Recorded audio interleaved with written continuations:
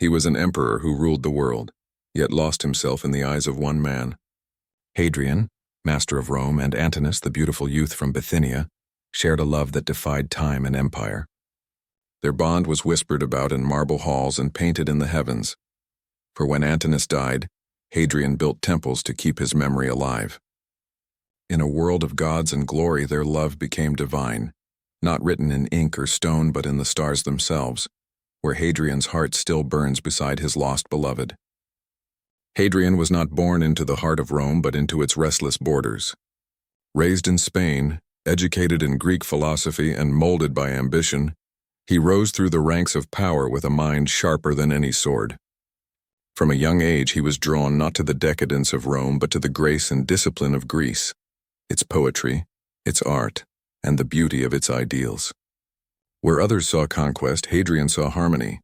Where others saw empires to subdue, he saw worlds to understand.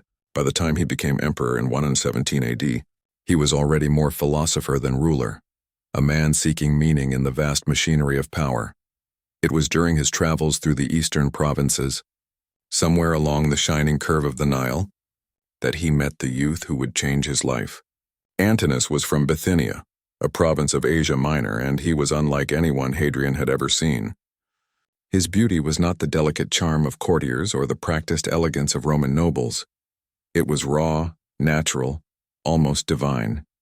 Dark eyes full of quiet intelligence, hair that caught the sunlight like threads of bronze, and a calm demeanor that seemed untouched by the noise of ambition. Hadrian, the man who had ruled armies and commanded nations, found himself silent in the boy's presence. No one knows the exact moment their love began. Some say it was on the banks of the Nile, when Hadrian saw Antinous helping the priests of a local temple, his movements graceful, his expression serene. Others believe it began in the royal caravan, where Antinous served as one of the chosen attendants for the emperor's journey.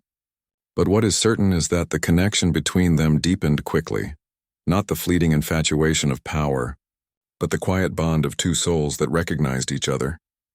Hadrian had always admired Greek ideals, the love between teacher and pupil, king and companion, body and spirit united in pursuit of beauty and wisdom. In Antinous he found the living embodiment of that ideal. The youth was intelligent, eager to learn, and deeply loyal. He listened to Hadrian's long discourses on art, philosophy, and the stars. At night, they would sit beneath the desert sky where the emperor, who commanded legions, would point out constellations and whisper stories of gods who loved and lost just as men did. To the outside world, they were ruler and attendant.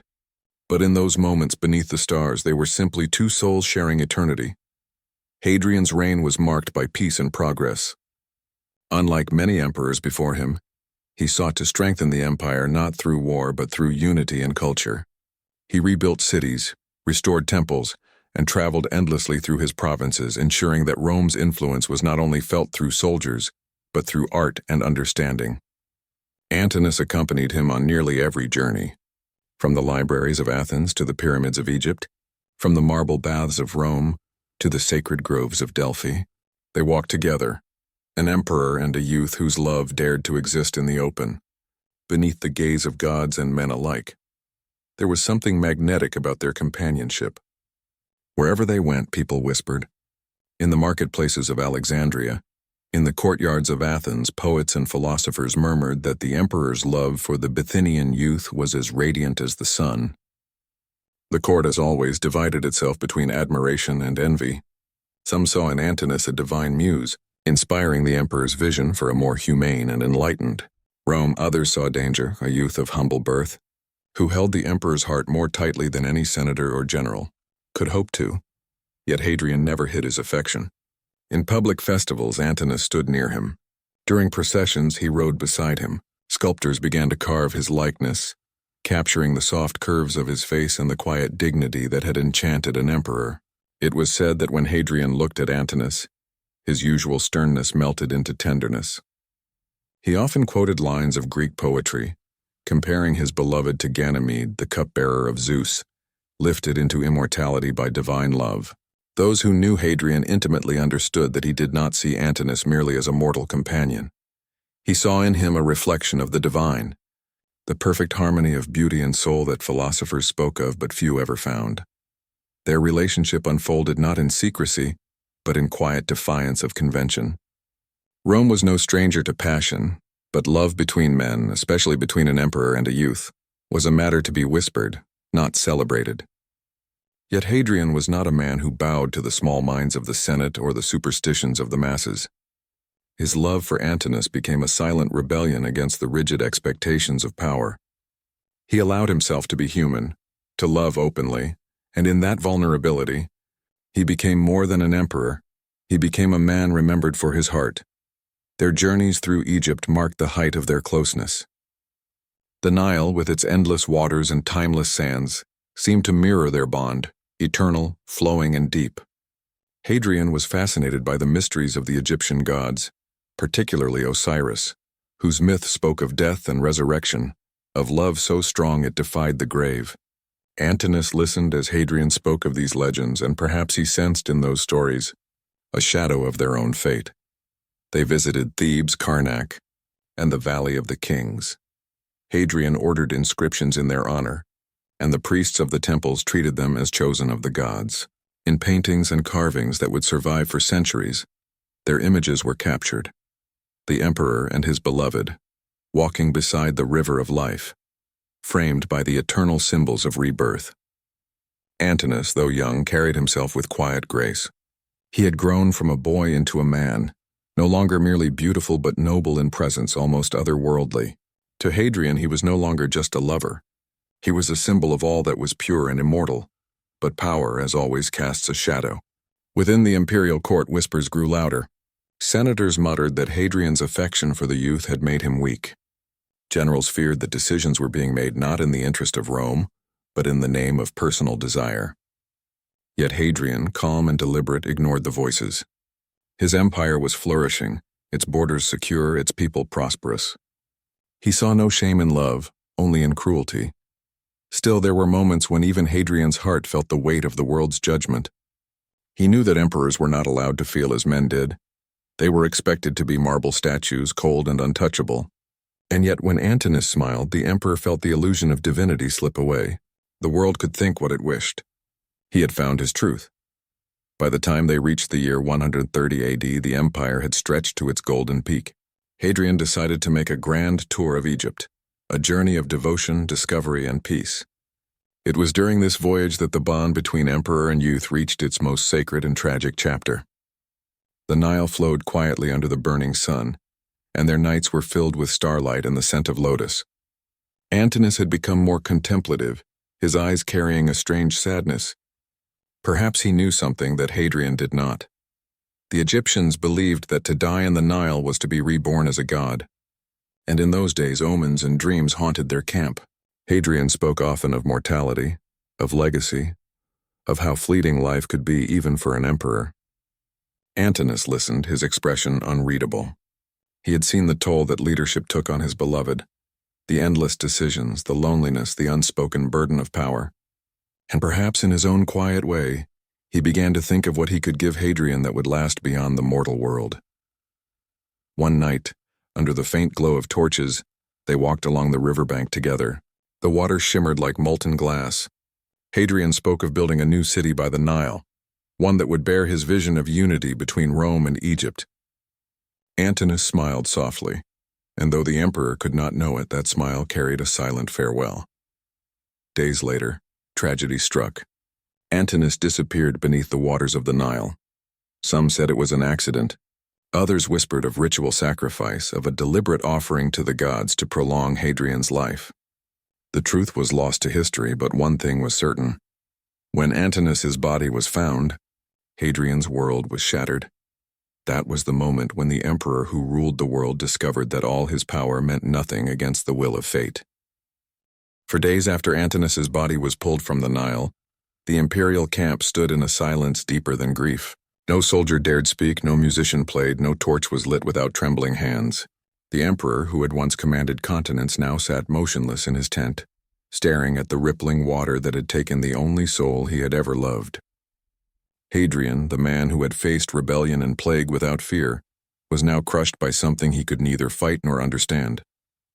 The world called him divine, yet in that moment he was only human, a man stripped bare by loss. When the word of Antinous' death spread through Egypt, priests and citizens alike whispered that something sacred had occurred.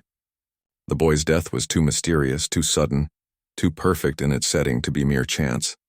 Some said he had offered himself willingly to the gods, a sacrifice to extend Hadrian's life or bring him protection. Others murmured that he had been taken by fate, chosen by the Nile to ascend among the immortals. The truth mattered little to Hadrian. What he knew, what burned in him like an unending flame, was that the universe had taken from him the only part of himself that had ever felt real. He ordered the body to be treated with divine honor. A funeral procession unlike any seen in the empire was arranged, with priests of Isis and Osiris chanting through the night, the riverbanks lined with torches that reflected like falling stars in the black water. Hadrian himself stood at the pyre, his face pale, his eyes hollow but resolute. When the flames rose, the emperor who had built cities and conquered nations bowed his head, his voice breaking as he whispered Antinous' name. Witnesses wrote that he did not speak as an emperor, but as a lover calling to his lost beloved. After the cremation, Hadrian did something no Roman emperor had ever done before. He declared the youth a god. Across the empire, messengers carried word of the new divinity, Antinous the divine, the eternal youth, the god of beauty, love, and the Nile. Temples would be built in his name, statues carved, festivals celebrated.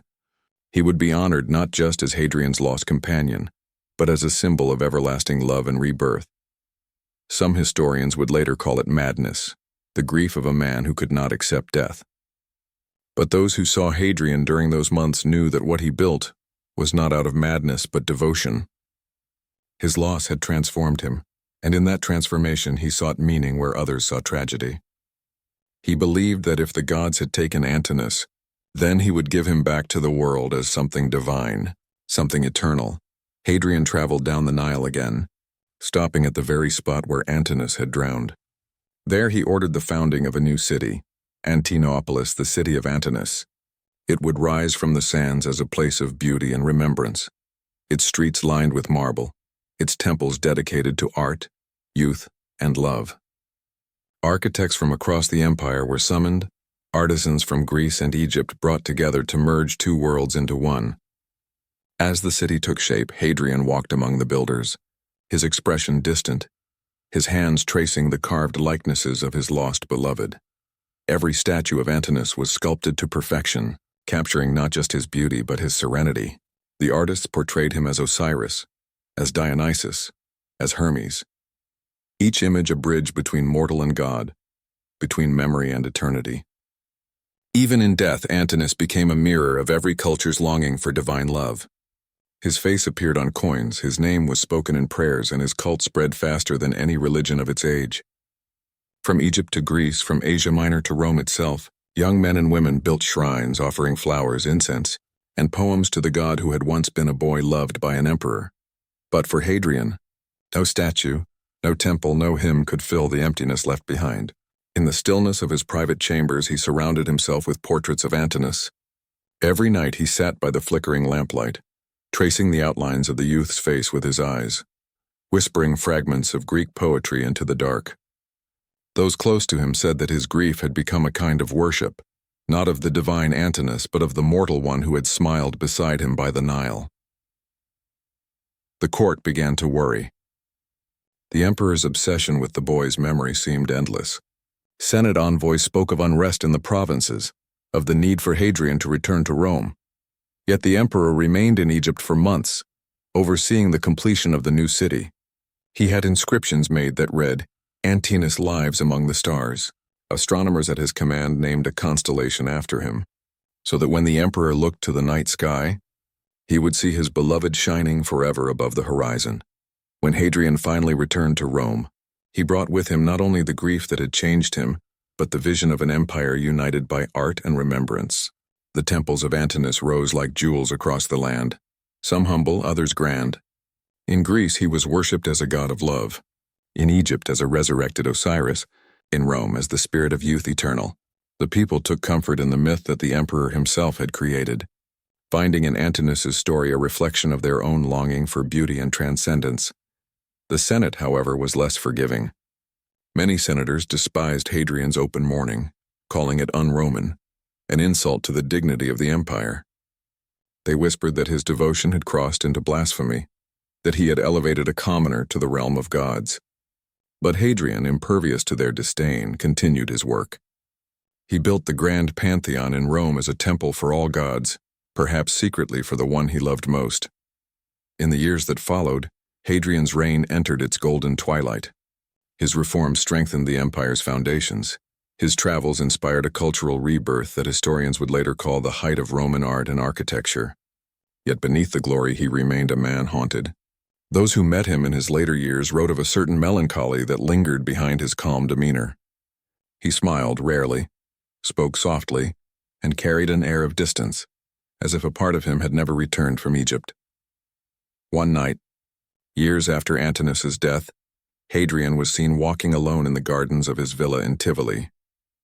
The moonlight glistened on the marble statues of Antinous that filled the grounds.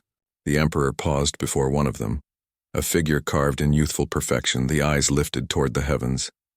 Hadrian placed his hand on the statue's chest and whispered something no one else could hear. The guards who watched from afar said that his expression was neither sorrow nor joy, but something beyond both, a peace born of love that had transcended time. In the years that followed, Hadrian began to write poetry again. He had always been a man of words, and in his final years those words became his confessions. In one fragment that survived the centuries, he wrote of a soul wandering between the worlds, longing for reunion with the one it had loved. Many scholars believe he was speaking of Antinous. "My little soul, you will go naked, pale and trembling," he wrote, and the world would later know it as one of the most human laments ever written by an emperor. As Hadrian aged, illness began to consume him. His body weakened, but his mind remained sharp. He surrounded himself with scholars and artists, yet his conversations always returned to the same subject, the mystery of death, the possibility of immortality, and the face of the youth who had entered both. Those closest to him said that in his final days, he began to see visions, Antinous appearing to him in dreams standing by the river, calling him home.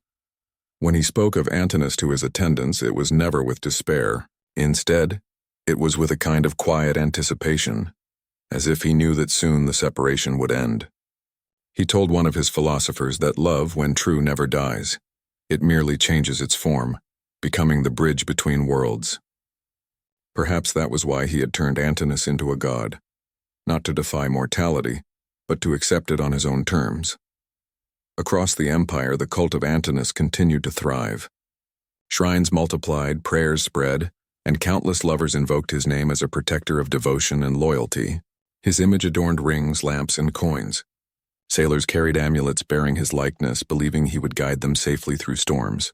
For a youth who had lived scarcely 20 years, his presence had become immortal, his love story woven into the fabric of a civilization. To the philosophers of the time, it was clear Hadrian's act of deifying Antinous was not just grief, it was philosophy in motion. He had turned love into religion, memory into myth. In Antinous, he had found a symbol that united the sensual and the spiritual, the mortal and the divine. The gods of Rome had long been powerful but distant.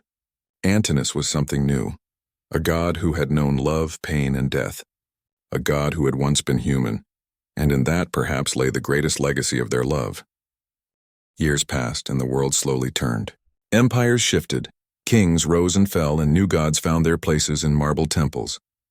Yet through all the noise of history, the name Antinous remained, whispered in love songs etched in stone, carried in the breath of poets who could not forget the story of the boy who had died in the Nile and the emperor who refused to let him vanish. By the time Hadrian reached the twilight of his reign, he had built nearly everything a man could dream of. Monuments that pierced the sky, cities that gleamed with marble, laws that would guide Rome for centuries. Yet none of it brought him peace. He had conquered the world, but not the ache that pulsed in his chest each night when the palace grew silent. At his villa in Tivoli, Hadrian had created a world within a world, a garden empire where every path, every pool, every sculpture was a memory. Statues of Antinous stood in quiet corners, each one depicting him in a different divine form. In one he was Apollo, god of light and music. In another, Osiris, reborn from the Nile. In another still, Dionysus, crowned with ivy, eyes filled with soft intoxication. Hadrian would walk these paths alone, trailing his fingers along the cold marble, whispering as if the statues could hear. To the servants, he seemed like a ghost among his own creations. He no longer wore the robes of power or the wreath of laurel. Instead, he dressed in plain tunics, sandals covered with dust. He would pause before the statues at dusk, when the last rays of the sun turned the marble golden, and for a moment, one could almost believe the boy was alive again, the gentle curve of his smile returning in the half-light. It was during these final years that Hadrian began to write more poems, reflections, letters that no one was meant to read. They were not decrees or philosophies, but confessions, fragments of a love story that even death could not silence. In one of them he wrote, "Rome will remember me for my walls, for my cities, for the marble that will not decay. But I will remember only his eyes and how they turned to me on the river's edge, a moment before he became immortal." Those words, hidden in papyrus and sealed away, would not be found for centuries, but they tell us everything we need to know about the emperor who once ruled the known world. As his health began to fail, Hadrian withdrew further from public life. He named successors, settled disputes, and arranged the future of the empire with his usual precision. Yet each day he grew more restless. He often spoke to his physicians of pain in his chest, of dreams where he heard the sound of the Nile flowing endlessly. His friends and advisors urged him to focus on Rome, to prepare for his death with dignity. But Hadrian's heart was elsewhere, across the sands of Egypt, where a young man had once smiled at him beneath the endless sky. In his final months, Hadrian moved to his villa by the sea in Baiae, seeking the comfort of waves and warm winds. The palace overlooked the water, and he often sat by the window for hours watching the tide come and go. One evening, his attendants found him gazing at a bronze statue of Antinous, his hands trembling slightly. When they asked if he wished to rest, he said quietly, "I am only waiting for him." He grew weaker each day, his breath shallow, his eyes clouded with fever, yet he refused all pomp and ceremony. "No torches, no guards," he said, "only silence." The man who had once commanded legions now faced the one thing no empire could conquer: mortality. But there was no fear in him, only the calm of someone who had already met death once before, through the loss of the one he loved. It is said that on the last night of his life, a great storm broke over the coast. Lightning flashed over the sea, thunder rolled like the march of distant armies. The servants, terrified, huddled in the halls, but Hadrian remained by the window, staring into the rain. When dawn came, the storm had passed and the emperor was gone, his hand still resting over a small medallion bearing Antinous' image. He was 62 years old. The world would remember him as Hadrian the builder, Hadrian the philosopher, Hadrian the emperor. But in the heart of history, he would forever be the man who loved a boy named Antinous so deeply that he made the heavens remember him. After Hadrian's death, his ashes were placed in the mausoleum he had built, the great round fortress we now call Castel Sant'Angelo. Inside its silent corridors, the emperor's remains lay surrounded by inscriptions of his reign, his victories, his monuments. Yet for those who knew the story, none of it mattered as much as the temples of Antinous that still dotted the empire, each one flickering with oil lamps that bore his face. Even as Rome changed, even as new gods replaced the old, the cult of Antinous refused to die. His worship spread far beyond Egypt and Greece, into Asia Minor, even to the edges of Gaul. Pilgrims traveled from distant lands to offer prayers at his altars, to leave garlands and carved votives at his feet. Lovers invoked his name for fidelity, artists for inspiration, travelers for safe passage across water. Over time, as the world turned to new faiths, the temples of Antinous fell silent, buried by sand and forgotten by centuries. But his image survived, carved into marble that would outlast kingdoms.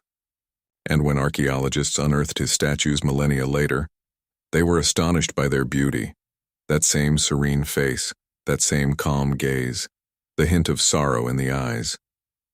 Even without knowing his name, they could feel what he had once meant to someone. Today, more than 18 centuries after their deaths, the story of Hadrian and Antinous still lingers like an echo in the corridors of time. Their love, forbidden by law, silenced by custom and hidden behind imperial walls, became the most enduring of all Roman romances.